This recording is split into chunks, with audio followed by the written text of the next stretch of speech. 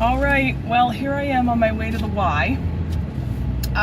Over the weekend, they opened back up, and people are allowed to go in. There's like a lot of restrictions and stuff like that. I'm gonna have my temperature checked at the door. I already signed a waiver.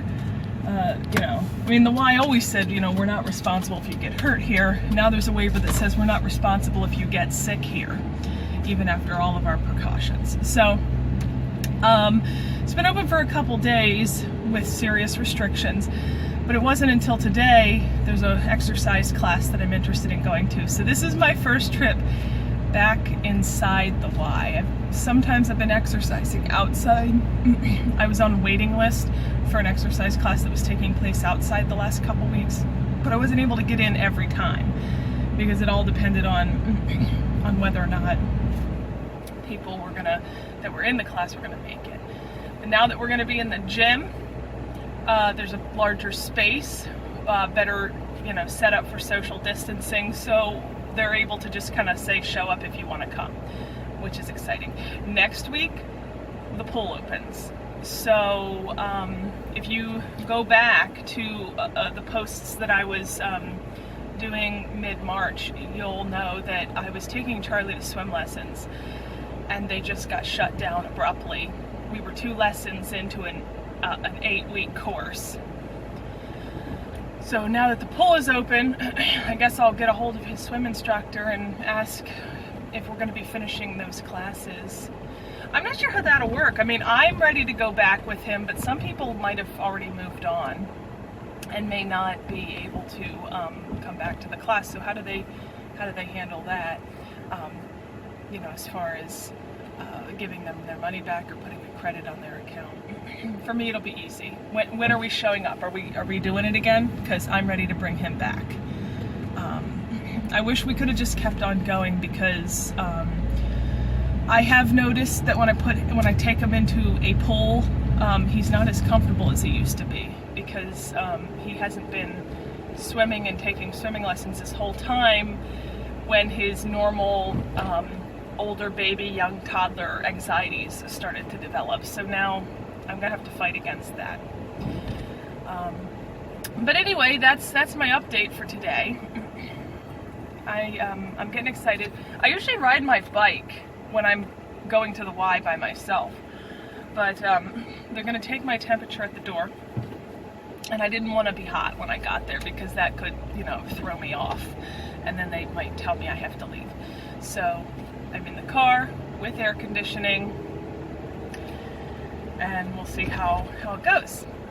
All right, so I recently learned how to do some mild, very primitive editing of my videos, so I may actually shoot a couple minutes coming back from the exercise class to tell you guys how it went. So stay tuned for that. All right.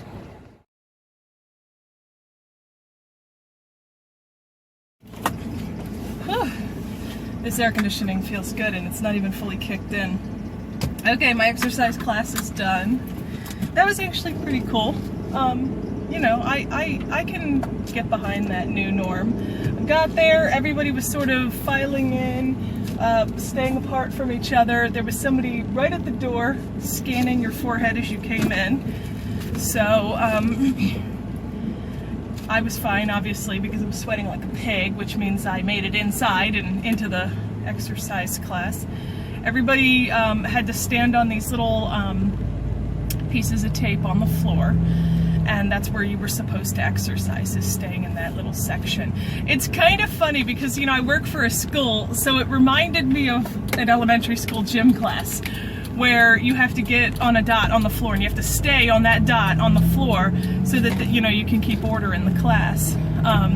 So it was kind of funny how things that we implement to maintain order in an elementary school, you're seeing that in the adult world right now, to sort of maintain order and make things safe. Well, that's just it. We tell the kids, we say, we have these rules to keep you safe, and now we have these rules in the adult world to keep everybody safe. It's kind of interesting, where we let go of that stuff as we get older, and oh, how dare you tell me what to do and everything like that.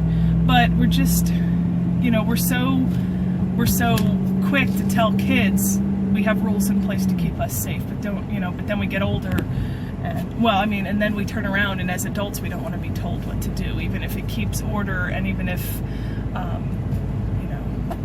it keeps you safe and it keeps other people safe. Not saying that we like to be dictated, but neither do kids. And I think that going through this pandemic, I think, really draws to light for me things that we take for granted as adults, all the power that we have. And when that power is taken away, how we don't like that. And, and we're supposed to have the ability to regulate our emotions and to understand things. But we expect kids who don't have the same ability to regulate their emotions and the same understanding of the world to just take at face value why we're telling them what to do. And I think I'm thinking a lot about that because Boo has started to have bad tantrums. He's only a year old, but he's starting to have bad tantrums. Maybe I'll even include a little clip of him having a bad tantrum. You'll have to forgive him that he's in nothing but a diaper. That was the start of it. He would not put his clothes back on. And then he had this chain, and my sister was trying to take it from him. And that's what you're gonna see in the little clip.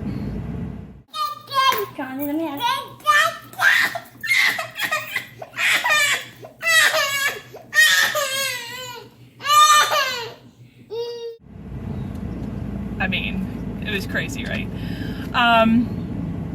So yeah, it was great to go to exercise class. It made me thankful that I'm able to do that now, and it also makes me thankful to be an adult, and it also makes me really appreciate the freedoms that we have. There's a lot, we still have a lot to work on in this world, but I really appreciate the freedoms that we are supposed to have in this world.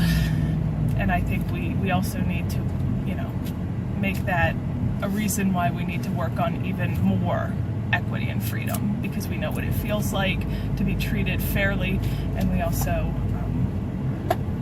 we need to be kinder to children, and we need to work a lot on treating everybody fairly. So I think I'm sort of going into a different topic. Let's just stay with what I got right now. All right, talk to you later.